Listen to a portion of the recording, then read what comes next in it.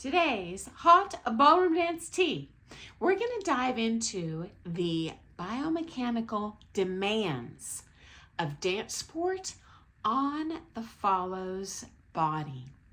And we had some great comments yesterday from one of our friends here who's a doctor.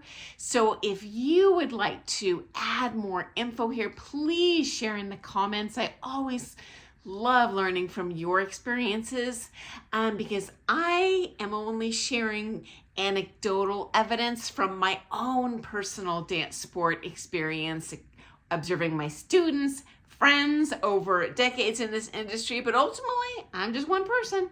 Okay, let's roll. Okay, follows. First of all, statistically, they are most prone to shoulder girdle injuries and due to, say, holding their frame in a mirror position to the partner. You are not going to be as strong as them usually. And so you can be manhandled, though that's generally not the problem. It's usually more of a you problem. But let me give you a quick visual aid here so you know what the heck I'm talking about. I will be right back.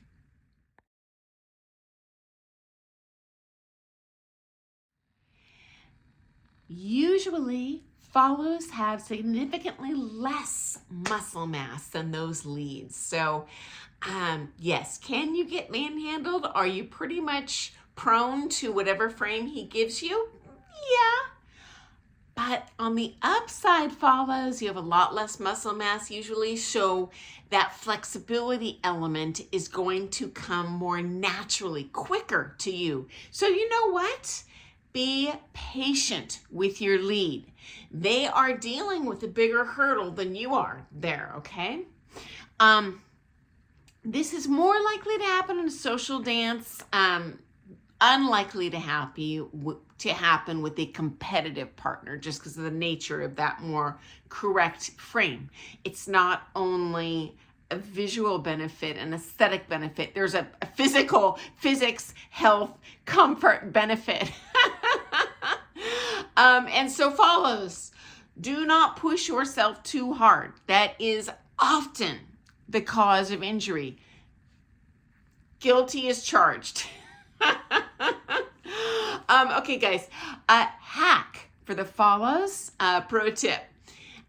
If you're being manhandled by any dance partner, I want you to pretend you are in the movie The Matrix. You are Keanu Reeves. You're staying low and you're dodging those bullets. That way, when he's on you, when he's pulling you, you have a very low center of gravity.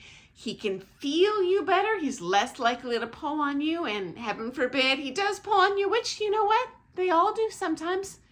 You know, show some grace there. You're not perfect. You'll stay low and kind of, I'll say, dodge that bullet from him or her, whoever's leading you, okay? Now, follows. If you're dancing at a competitive level, okay, not in a social dance class, but competitive dance sport, this requires extensive torque in your body, okay? You've got to have that extended thorax, upper and lower cervical spines have to be rotated exponentially more than, I will say, normal humans, even social dancers. And so let me show you a quick image now so you kind of can visualize which part of your body I'm referring to, okay? And hopefully pay more attention to these body parts when you're dancing so you don't hurt yourself. So I'll be right back.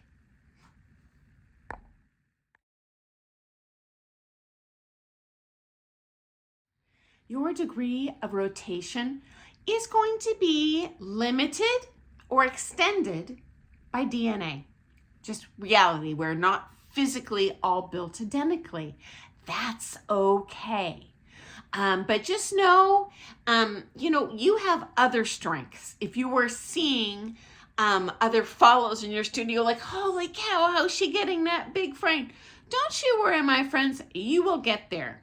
Flexibility is one of those things that magically you can get and gain and grow at any point in your life, okay? So patience, okay? Think about if you were a contortion artist. Do you think they just decided to be a contortion artist yesterday? No. They train usually from childhood, years, decades to cultivate all of that flexibility in the body. And so you are no different. And you know what? You already have, if you're a competitor, you already have more than most people, my friends. And this will improve with time. And your teacher, your coach is there to guide you to do that, okay? Now, that external torque posterior displacement, again, higher than normal compression forces on those vertebrae in your lower back. So if you've had a lower back injury, even if it's just like pulling groceries out of your car or something, I think you know what I'm talking about. You are going to feel it when you are dancing, and those injuries are a bugaboo to get rid of. They hurt. And so, it can create quite a bit of stress on those anterior longitudinal ligaments. Let me insert a visual here for a second of kind of where that is on your body. I'll be right back.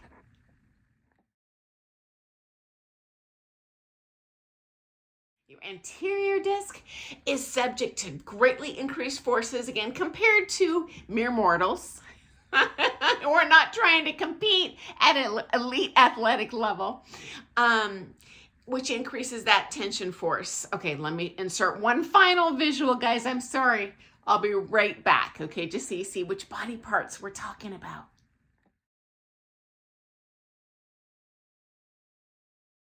And of course, this increases the better we get. It never stops. As long as you are competing, you're going for more and more and more. And of course, the better we get that sustained neck rotation. I don't need a picture of that. You guys know what a neck is.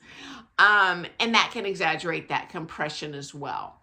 If you're naturally flexible, obviously it's going to help. But you know what? Not everyone's built like Gumby. You got to roll with what gifts you have. I've shared in a previous video, the challenges of arthritis, foot injuries. Again, in my own anecdotal observation, I have seen tons of follows with foot issues. I dive into that in another video, but yeah, the struggle is real. And of course, the demands in Latin and rhythm are a lot of cross-pollination, slightly different. If you'd like me to go into that, I can dive in another dance video. I could talk about stuff I've seen for eons here. I want to keep this reasonable length for you to watch today. Okay, and if I have one suggestion for you, follows above all else, okay? If something hurts, if something feels uncomfortable, tell your coach, don't be embarrassed. If I see someone doing something well, I'm pushing harder. I'm pushing them to their max. Your max is what is comfortable for you. I visually am observing you. I'm obviously feeding your voice inflection, your facial expression. But you know what? If you're hurting, I'm not psychic. Please tell me. Because we are here to preserve your body. Most of all, many of us have made horrible mistakes, and we're here to prevent you from making those same mistakes and help you be the best dancer you can be, get the most bang for your dancing dollar. So friends, I will see you first thing tomorrow morning for some more things ballroom dance. And Elise, you have not escaped my attention. I'm going to do another video on kind of the demands on your bodies of dance sport, because your posture and movement is obviously quite different than the follows. So anyway, guys, I look forward to seeing you first thing tomorrow morning for some more things ballroom dance. Quick update on my broken leg situation. Last night, I've developed kind of, I'll say, almost bed sores or nearly blistering on my skin. Just, I think, from that snugness, and the boot gets warm on my legs.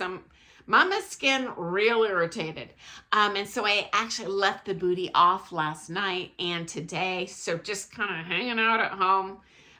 With it raised, but the swelling last night, it literally doubled. My foot looks like an elephant leg. But, and it's quite tender because of that. But again, the orthopedic surgeon, was that day before yesterday? Can't remember now.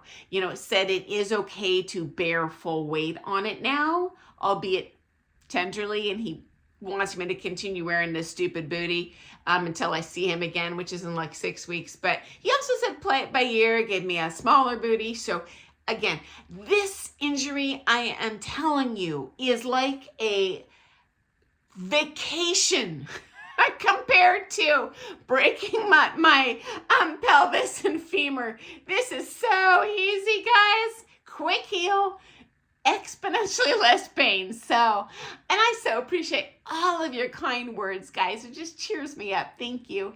Okay, I look forward to seeing you tomorrow for some more things ballroom dance. Get some good dancing in for me. Toodles.